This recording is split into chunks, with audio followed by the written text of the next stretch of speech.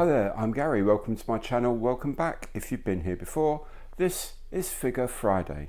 On this week's show we'll be looking at general officers, what their use is on the wargame field and how to make them look even better. Now if you like the video, and I hope you do, then please do remember to subscribe to my channel. You do that by clicking on the logo down there in the bottom right corner. Doesn't cost you anything, helps me enormously. Underneath the screen here you'll be able to see a thumbs up. Please give us that if you enjoy the show.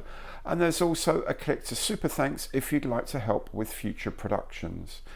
You can also support future productions through Patreon and through Buy Me a Coffee. Links to both of these are in the information box below. So let's get on and make some generals and show you how to make them look amazingly good on the battlefield. General officers are command figures that are used for military structures at brigade level and higher. My wargames have normally been at the corps level. As an example, here's a structure of a typical infantry corps from the Russian army of 1812. So here, 2nd Corps is split into two infantry divisions, the 7th and 24th. Each division has 3 infantry brigades. The 1st and 2nd brigades have the line regiments, and the 3rd brigade has 2 Jaeger or light infantry regiments. There's also a light cavalry brigade for scouting purposes, and a divisional artillery reserve brigade with heavy guns. Now for a typical game, each side would have the equivalent of a corps each of infantry and cavalry, plus a few reserves, which is about as much as a 4x2 metre table will take. Now suppose we have an infantry brigade lining this hill on our left flank. Their orders are to take the hill and hold it, and we're going to suppose they've done just that. Now we're out here on the flank. The corps command is in the town on the river crossing. Now we see this large enemy column advancing, and the corps commander wants us to advance to threaten their flank. The corps commander has to send a message, and in many rules, including computer rules, this message might get lost or delayed on the way, or even get captured by the enemy. In any case, you might never get orders to advance, so you should just sit there until directly attacked. So it's useful to know what rank of general each figure is, which makes it easier to pick them out, to send orders and to make battle assessments.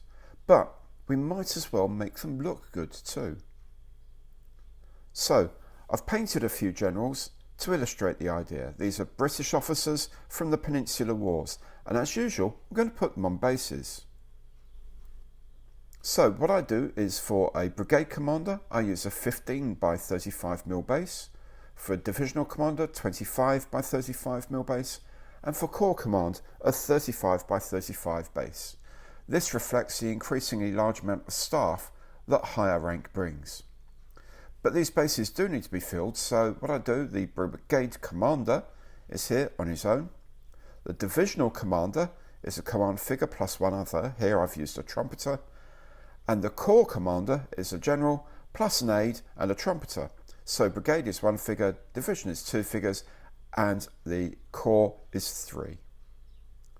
This also gives you space to add some more scenic effects. For example, for this corps command base, I'm adding the usual brown earth texture. Then I'm going to add this big old lump of rock here, or it's actually textured cork, and against it I'm going to place a broken gun wheel, just something chopped up from my spares box.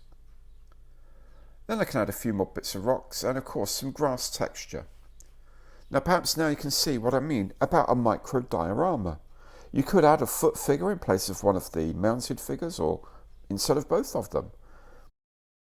You can add any bits of surplus stuff you might have in your box, like artillery trail boxes, barrels, absolutely anything. But I think these will look so much better than just plain figures, 3 officers on a stand. There we go then. Back in the day most officers were neither used nor ornament. Hopefully they are now both. So I hope you enjoyed that. If you did, please do remember to subscribe to the channel. The link is that logo down there in the bottom right. Click on that, subscribe, doesn't cost you anything, helps me enormously. In any case, thank you so much for watching, and I hope to see you again very soon. Bye bye for now.